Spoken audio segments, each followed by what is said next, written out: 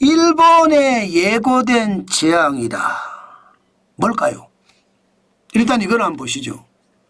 일본 쌀 5kg 전국 평균 가격 추이입니다. 2024년 3월에 2198엔이었거든요. 그런데 2025년 5월 20일 기준으로 4268엔입니다.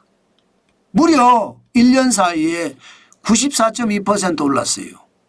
2070은 70엔이었는데 장난 아니죠. 2배 된 거예요. 야, 쌀값이 2배가 되니까 일본 전역이 난리. 일본 전역이.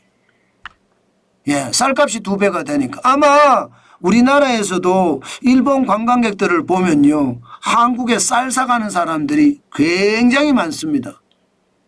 우리나라 같으면 5kg이면요 아마 5분의 1 가격밖에 안 될 것 같은데요. 일본의 쌀 가격이 5분의 1.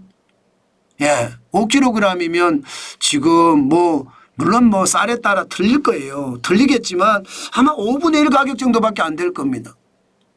게다가 일본도요, 평균 가격이 4268엔이지 도쿄 같은 대도시 가격, 오사카 같은 대도시 가격은 틀립니다. 이게 이것보다 훨씬 더 비쌉니다. 그만큼 말입니다. 쌀값이 일본에서는 일본 전체를 뒤흔들고 있습니다. 그런데 왜 쌀값이 오르는지를 정확하게 파악하지 못합니다. 그게 더 놀랍죠.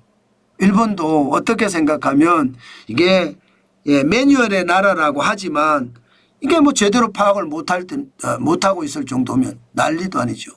결국은 쌀값이 이렇게까지 폭등하는 것은 관광객이 너무 많이 와서다.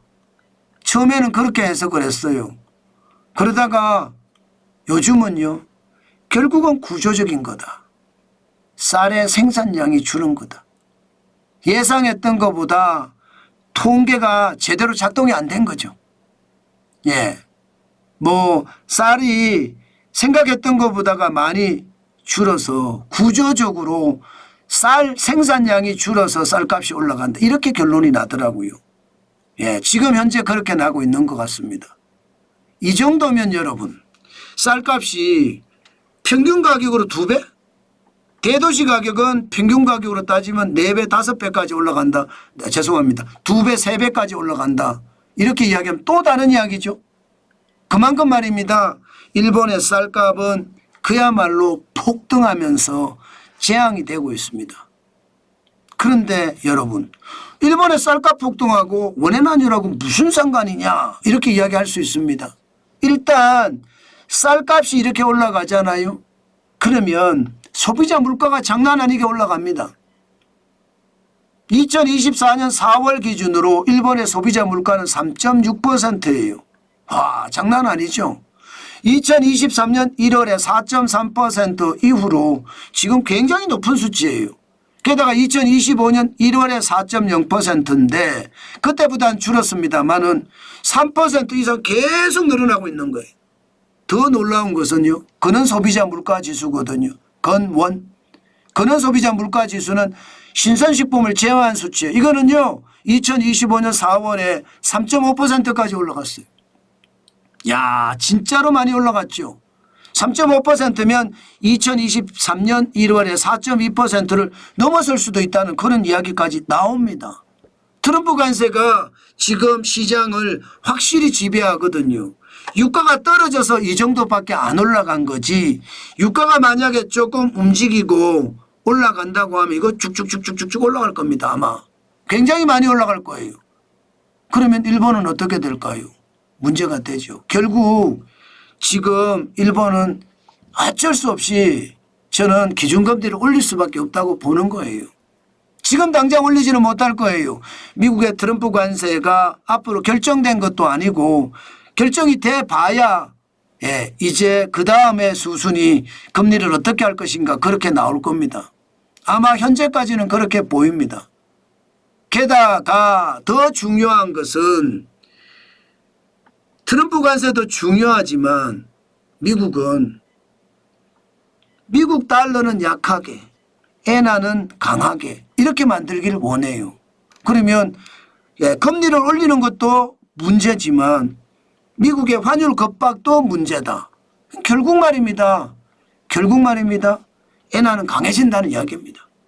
금리를 올려서 강해지고 미국의 환율 급박 때문에 강해지면 우리나라도 똑같은 상황이 될 거예요. 그런데 우리나라는 물가에 대해서는 일본만큼은 아니거든요.